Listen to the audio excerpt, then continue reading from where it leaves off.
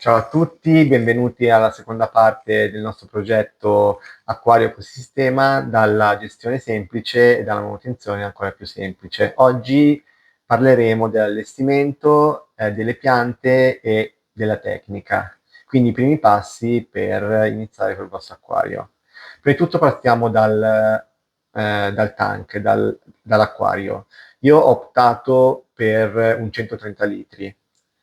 Il mio è stato costruito da un artigiano appositamente per me. Questo perché volevo un bel litraggio, ma avevo poco spazio in lunghezza. Generalmente gli acquari quasi tutti si sviluppano in lunghezza perché molte specie di pesci hanno bisogno di un nuoto sul lungo. Quindi anche se il litraggio è ampio ma hanno poco spazio, potrebbero avere dei problemi. Mentre per quanto riguarda quello che andremo noi a mettere all'interno del nostro acquario, cioè plati e caridini, non ci sarà nessun problema. Quindi questi 56 centimetri di lunghezza sono più che sufficienti. Una volta acquistato l'acquario e portato a casa, dovrete pulirlo attentamente con dell'acqua o acqua mista aceto bianco. Un panno semplicemente strofinate e poi lo posizionate dove lo volete allestire. Una volta posizionato, andrete a spacchettare il ghiaino e inizierete a lavarlo perché è molto importante togliere i residui di polvere, terra o qualsiasi cosa ci possa essere che poi potrebbe andare a inquinare l'acqua dell'acquario. Io vi consiglio una granulometria di 3 mm e il colore nero. La granulometria perché col tempo ho capito che a livello di manutenzione è la più facile da gestire. Poi va a gusti, se volete mettere la sabbia mettetela, se volete mettere della graglia grossolana di 1 centimetro mettetela, non c'è nessun problema con questo tipo di layout. L'unica cosa, magari la granulometria un po' grossa, avete un pochettino di difficoltà con delle piante che vanno interrate. Allora, lì magari vi consiglio di partire con lo 0,3 centimetri, i 3 millimetri che sono perfetti anche per interrare bene le piante acquatiche. Poi,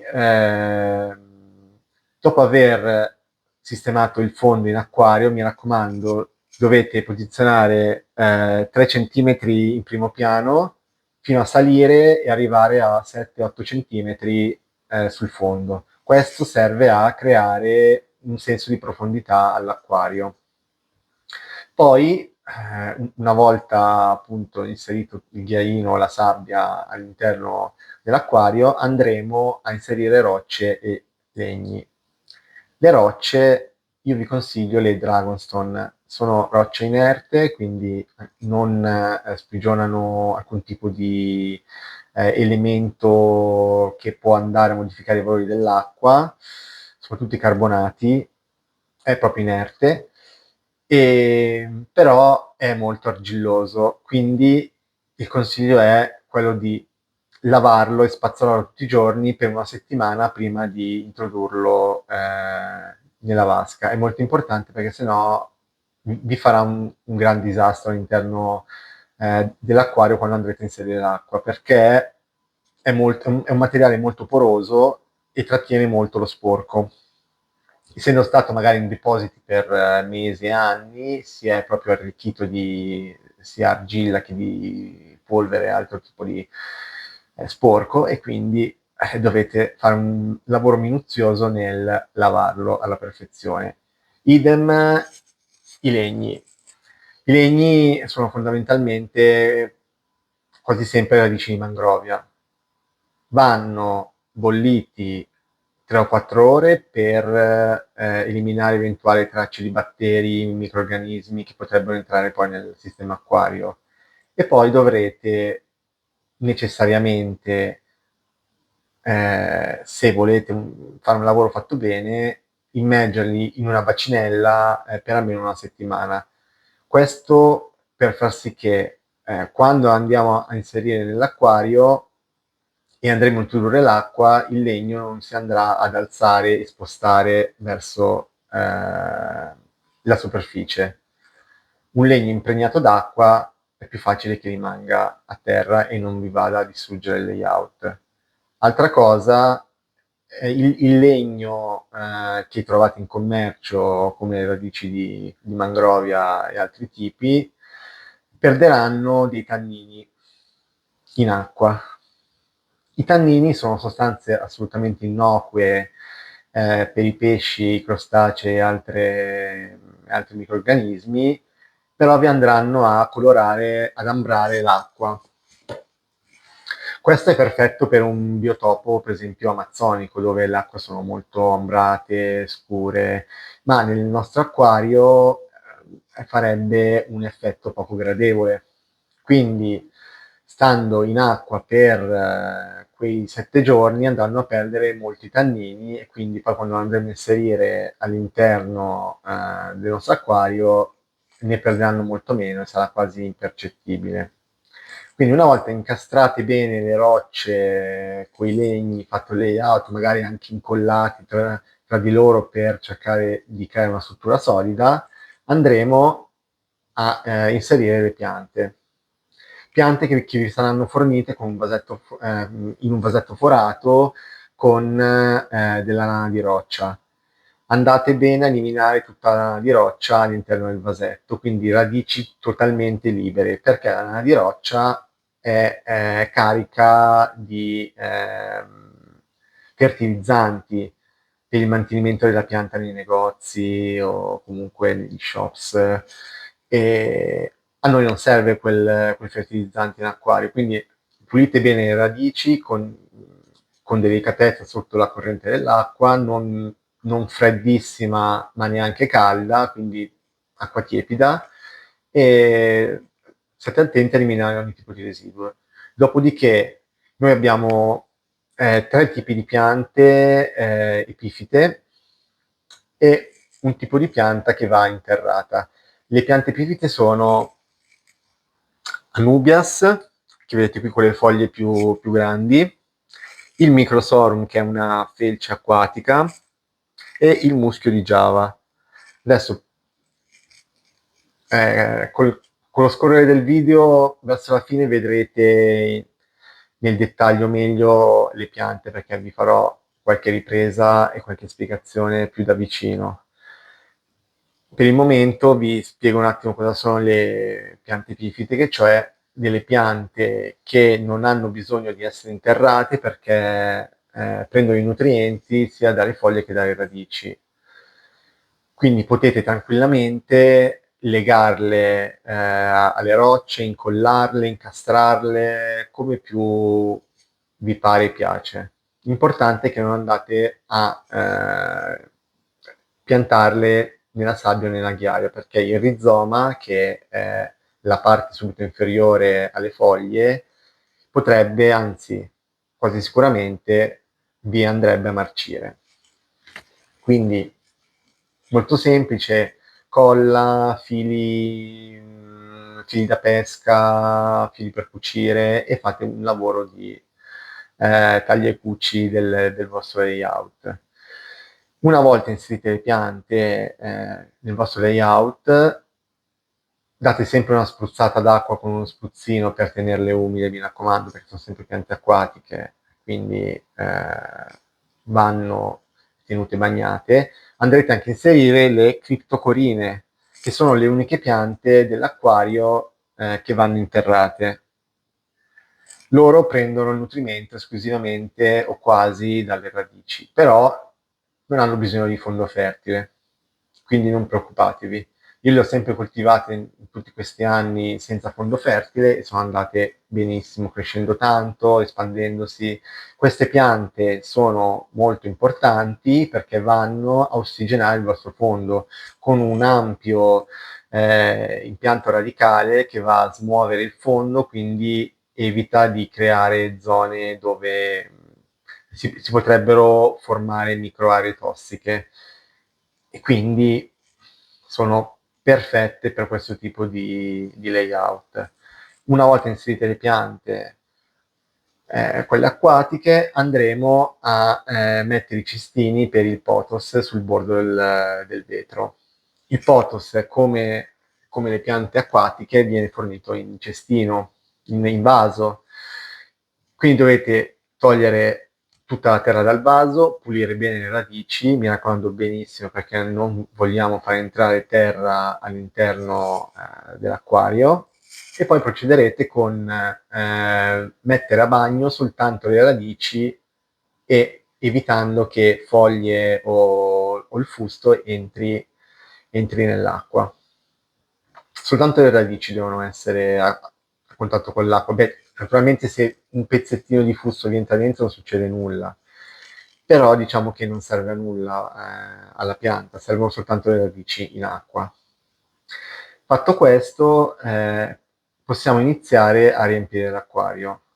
Mettiamo prima di tutto il filtro o i filtri in base alle vostre scelte di tecnica, e andiamo anche a inserire il riscaldatore. Non lo accendiamo ancora, ma lo andiamo già a inserire.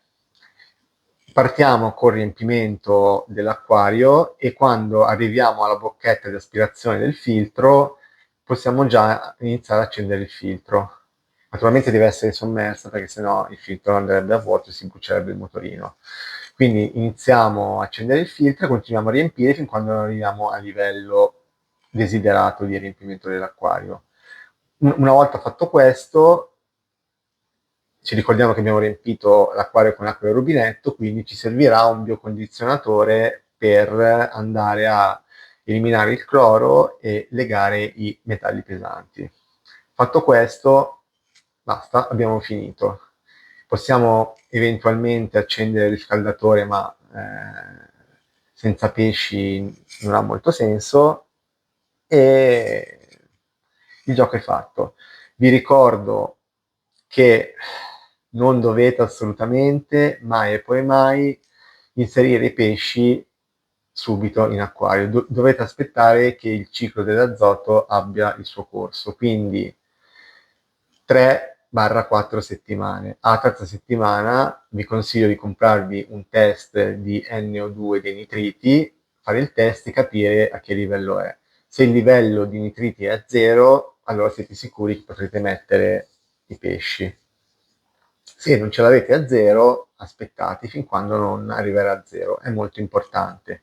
Quello che potete fare all'inizio, e ripetere questa azione magari ogni 4-5 giorni, è buttare nell'acquario un pizzichino di cibo per pesci, ma un pizzichino. In questo modo andrete a nutrire più velocemente i batteri, quindi la colonia batterica si andrà a formare un po' più velocemente. Però questo non vuol dire che possiate poi inserire i pesci prima. Assolutamente no. Quindi dovete munirvi di pazienza e aspettare. Adesso vi farò vedere nel dettaglio un po' di piante e un po' di tecnica. E, poi se avete domande su qualsiasi tipo di argomento, scrivetelo nei commenti e proverò a rispondere a tutti. Ora procediamo con piante. Allora, prima di tutto, come vi dicevo, questa pianta in primo piano, qui, questa che vi sto indicando, è una Anubias barteri. Ci sono vari tipi di Anubias, io anche in questo acquario ne ho tante, anche questa qui è una Anubias barteri, però tipo qui dietro sotto questo muschio c'è una Anubias nana, qui sotto c'è un'altra Anubias nana. Quindi ci sono vari tipi di Anubias, io ne ho messe parecchie, tutte vanno bene, quindi non preoccupatevi. In base alla posizione nell'acquario, quelle più basse vanno davanti, quelle più alte vanno dietro, potete metterne quante ne volete. Poi qui abbiamo il Microsorum, l'abbiamo qui e l'abbiamo anche dietro questo ammasso di vegetazione. Vedete che spunta con le foglie più lunghe e strette. Poi, questo che vedete in primo piano è il muschio di Java, che è amatissimo dalle caridine, come potete vedere. Il muschio di Java sarà la pianta che dovrete potare all'interno dell'acquario, perché l'Anubias e il Microsorum non andranno mai potati, mentre il muschio di Java va un attimino a allungarsi col tempo. All'incirca ci mette 2 o 3 mesi per richiedere una potatura, quindi neanche troppo eccessivo.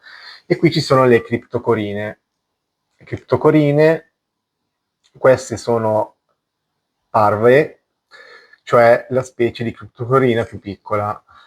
Qua abbiamo delle criptocorine Wendy, piccoline, e dietro, dove vedete all'interno della grotta, dietro la grotta, ci sono altre criptocorine, perché io ho cercato di piantarle su tutto il fondo, appunto per cercare di creare ossigenazione in tutto l'acquario.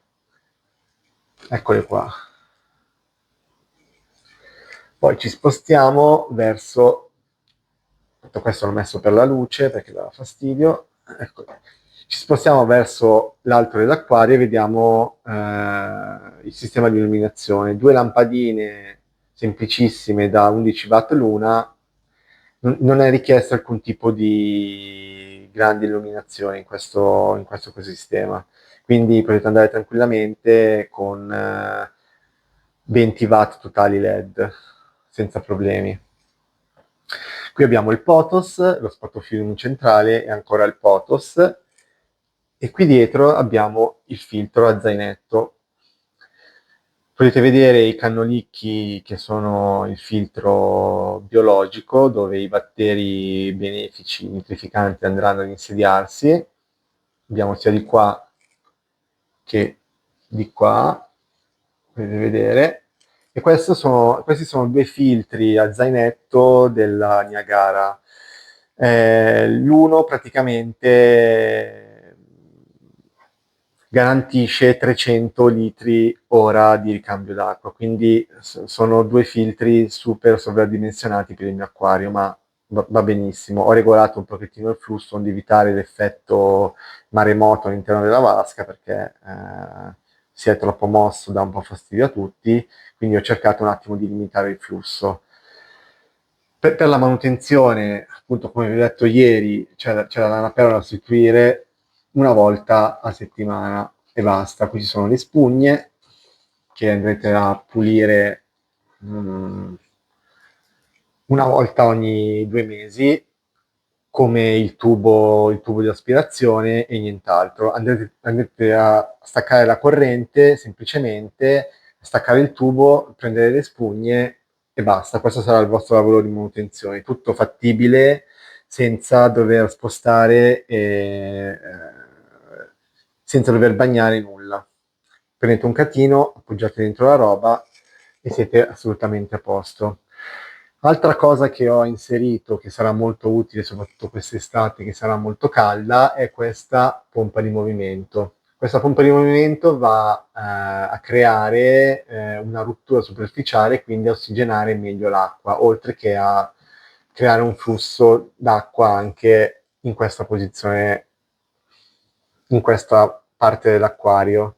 Quindi l'acqua ricircola alla perfezione e in più abbiamo anche del scambio gassoso che va benissimo, perché col caldo l'acqua si impoverisce di ossigeno e quindi i pesci potrebbero subire questa cosa. Con un ampio scambio gassoso non ci saranno questi problemi.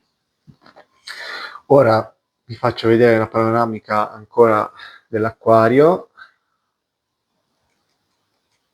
e direi che è giunto il momento di chiudere questo video, e nel prossimo parleremo di pesci, di manutenzione, di nutrimento dei pesci e qualsiasi altra domanda che potrete farmi nei commenti. Quindi ora vi saluto e vi auguro una buona serata.